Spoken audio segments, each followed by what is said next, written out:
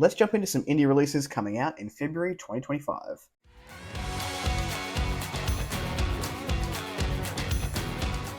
Hello everyone, welcome back to A Fictional Escapist. My name is Kris, and today's video is the indie release list coming our way, February of this year. Now before we start, these lists don't come from me, they do come from Rob J. Hayes and AJ Calvin over on their respective blogs, and I'll have those linked down below. We do have quite a few to get through this month, so I'm going to go straight into it, but if you do want to check out my social media and Discord links down below, you're more than welcome to do that.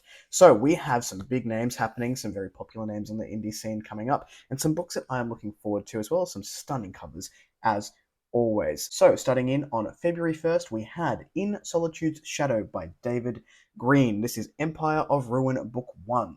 War comes for those who forge it, and it never forgives. Haltveld is a nation built on bloodshed. With the Order of Sparkers brought to heel, Emperor Locke wields his magic, and their magic the spark, like a weapon, as he wages a war of genocide. But the enemies of his empire multiply. In the almost forgotten north, the ancient citadel of Solitude, filled with 200 exiled sparkers, watches over the mysterious Banished. With a new apprentice under her wing, Xana Alpenwood pines for her estranged daughter when everything changes. For the first time in centuries, the Banished are on the move. Miles away in Haltveld's southern front lines, Colleen Alpenwood makes a startling discovery in the most unlikely of places, and her estrangement from her mother is tested, as is her faith in the Order of Sparkers and their loyalty to the Empire. And in Haltveld's capital, Cade Bessem, whose son Arlo is training with Xana, scrambles to react to the events at Solitude in a den of vipers. Haltveld is an empire forged in fire, and nothing is as it seems. But one thing is, with the Banished returning, and the elves to the south on the brink of annihilation, Xana, Colleen, and Cade stand on the brink of earth-shattering change. A great game millennia in the making is coming to its stunning conclusion. Who will survive, and who is a true enemy of Haltveld? In Solitude's Extended Edition, now with all new chapters. So this may be a rewritten indie release, I'm not sure. But it sounds like a bit of fun.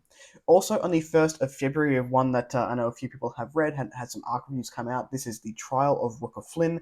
This is the Locke Institute Book 2 by A.R. Witham. And it looks like these. These books have really fun covers, and I've not delved into A.R. Witham's books. I didn't think they were for me, but I quite liked the author's story in The Advent of Winter, so maybe I'll give it a go at some point. It is a book 2, so we'll have to move on from here, but the cover does look great, and I do love a bit of ship in my fantasy, so that's potentially one that I may pick up at some point.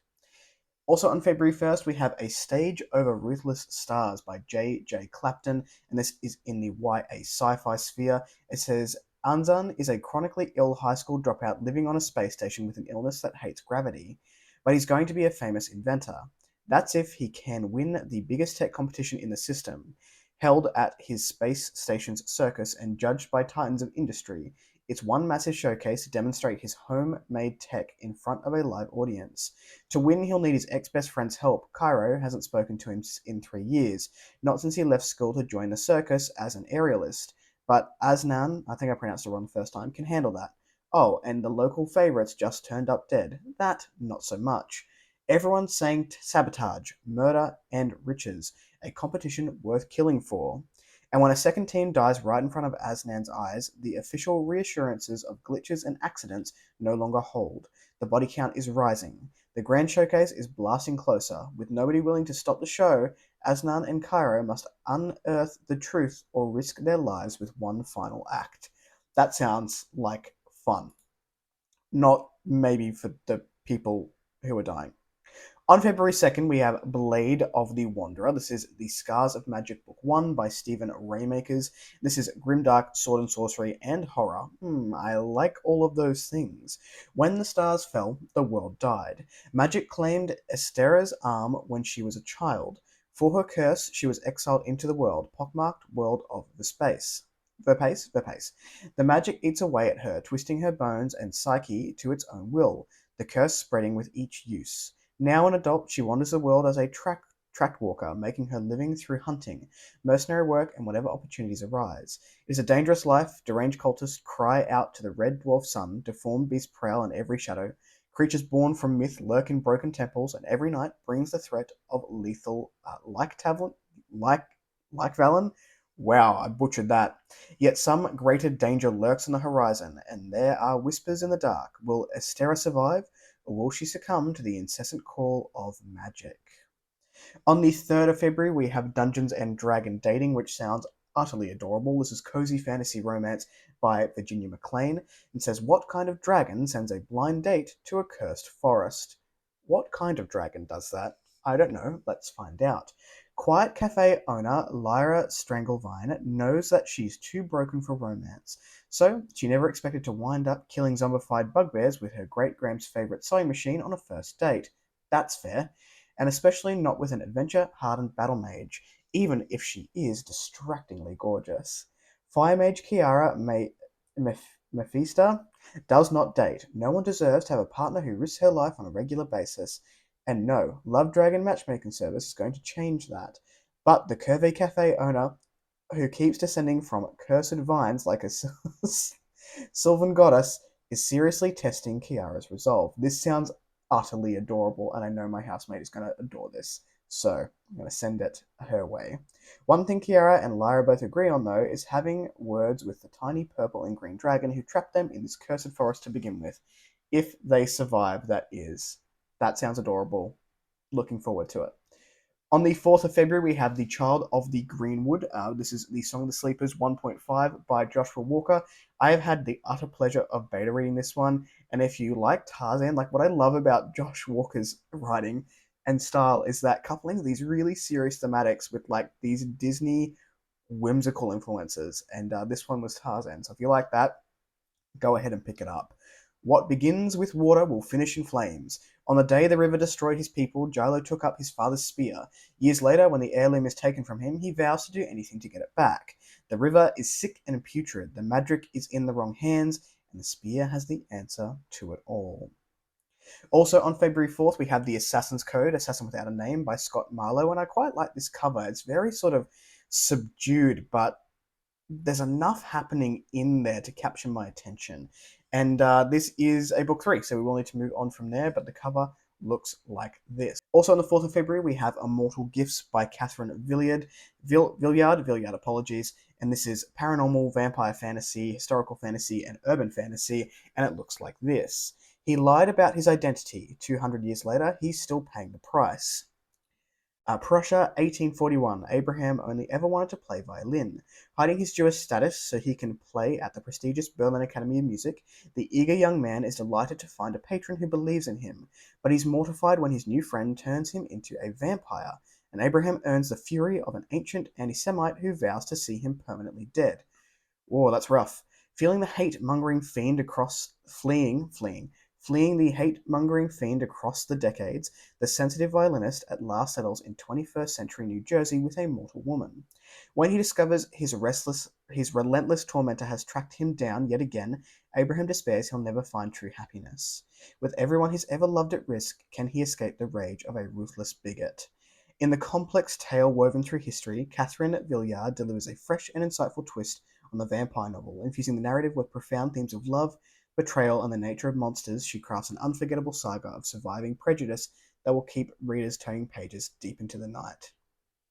It sounds great. I'm just pleased that books like this exist. On February 5th, we have Duet of Pernicious Eels by Caden Love, and this is Paladins of the Harvest Book 2.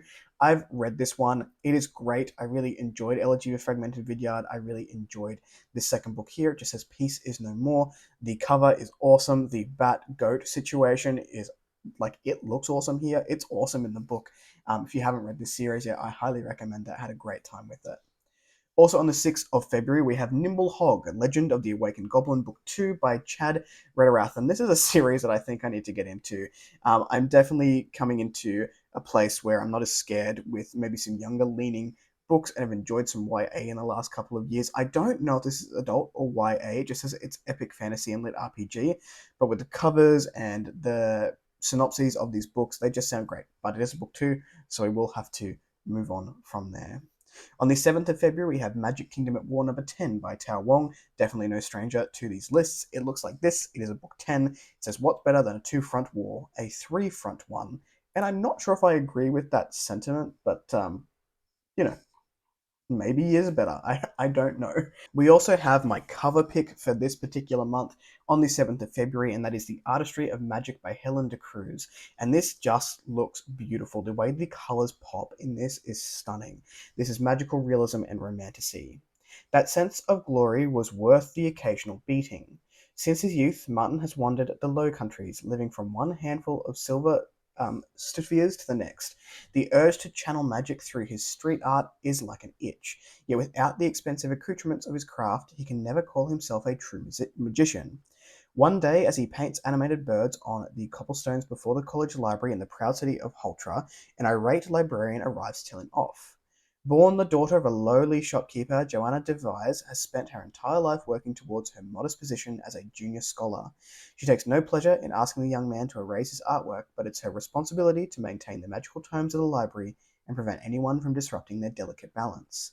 After their first rocky meeting, this unlikely pair find that perhaps their perspectives on life and art are not so different after all.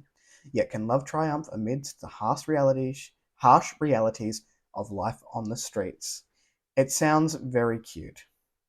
On the 8th of February, we have Trouble Thrown by Aisha Aroj, and I apologize if I mispronounce that, and this is a fairy tale retelling. Isabella's father is missing, and the only person who could help her is asking a steep price. Gustav offers help on one condition, that she marry him, yet Isabel has witnessed his true character and would never agree to such a proposal. By sheer luck, Isabel comes across a clue that points to Chambord, where travelers have mysteriously, I can read today, disappeared without a trace. Isabel believes her father might have gone there, but with her rejected suitor relentlessly pursuing her and refusing to take no for an answer, can she make it to Chambord in time to locate her father? In addition to Gustave, Isabel faces another obstacle: rumors of a shadow haunting the forest of a mysterious village. With the presence of this shadowy figure and the unexplained disappearances, was Isabel in danger of becoming another victim? Interesting.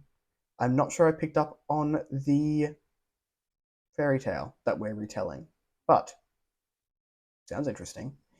On the 11th of February, we have Farrowhaven Adventureland Spring by Gigi Shu or Show. I'm not sure how to pronounce it. I apologize. And this looks like fun. This is the cover here. I love green, and this gives me good vibes. It is cozy fantasy mystery with a touch of romance in there. Every year, Farrowhaven Adventureland opens its top-rated long-distance portals to other worlds for adventurers to experience the magic of the island. Pet and play with unicorns, swim with Merrow, watch griffin jousting and dragonlings take flight. No matter the age, there's something for everyone to enjoy at Farrowhaven. Mahaven Mathers, a witch with an aromancer intent, is the newly appointed overseer in charge of making the park full of fairies, Merrow, pixies, and imps run smoothly. But when Maven arrives on the island, she is met with a slew of problems, the least of which being her ex-fiance Beck, who still makes her heart race and palm sweat. That does pose a problem. In between restoring 5-star ratings, finding a counter curse for the sentient fountains, and dodging unwanted villager complaints, Maven must solve the disappearance of a teenage imp before the opening of the island park. That sounds great. I'm going to put that one right on my radar because I am very interested. Also on the 11th of February, we have The City That Would Eat the World. This is More Gods Than Stars, Book 1 by John Bierce, and another great cover that we have here. This is progression, cultivation, epic fantasy, urban fantasy, and a bit of sword and sorcery. Thea is a washed-up mimic exterminator who expected more out of life, not some hero from stories. Avon is an impulsive wandering adventurer whose personal goddess is constantly getting her into trouble. Neither of them have the slightest interest in getting involved in world-shaking historical events. History doesn't care what they want, unfortunately, and it's fallen right into their laps in the shape of a god-slaying weapon from a fallen civilization. Thrown together out of chance, Thea and Avon will have to learn to work together if they want to survive their pursuers. Because if they fail and the weapon falls into the wrong hands, the result won't be pretty. No one is going to be using it on some random street corner goddess, tea kettle god, or any of the other countless teeming millions of divinities on Ishevas. No, there is one target that sits above all others. Cambrius, whose watch never ends. Cambrius, whose power has given rise to Cambrius's Wall, the greatest city in the known multiverse. A city that has already covered much of a continent and is strip mining entire mountain ranges for space building material. a city that threatens to spread across the entire surface of Ishveros. Ishve, Ishvos. I don't know. I pronounced it so confidently the first time and stumbled that second time. And there's no shortage of and there's no shortage of folks willing to kill Thea and Avon in order to stop the wall, no matter the consequences. That sounds like a bunch of fun. On the 14th of February, we have the Black Mantle. This is the Shadowbinders book number 2 by Andrew Watson. Another fantastic cover here.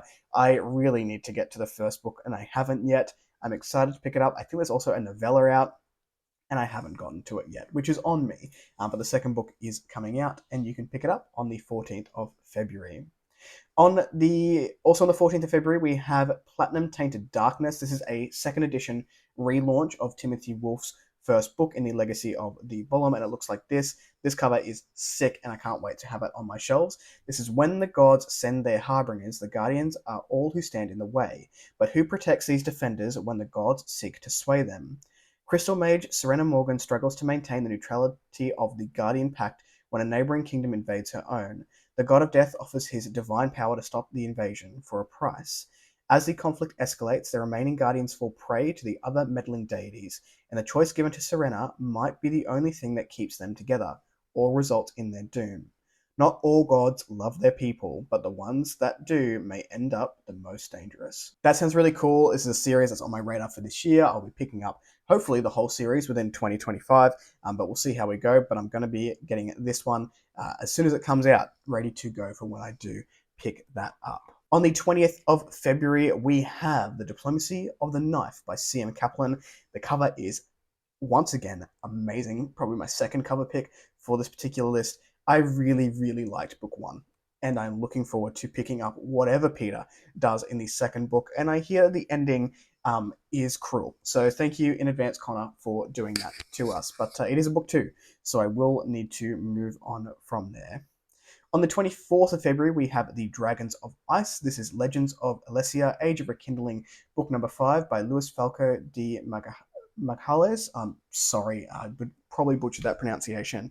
This is epic fantasy and sword and sorcery, and a great cover. I love the way this blue pops. We've got what looks like a motley crew down the bottom. Definitely one of those covers, and I've read the blurb. I don't want to read it just in case spoilers there.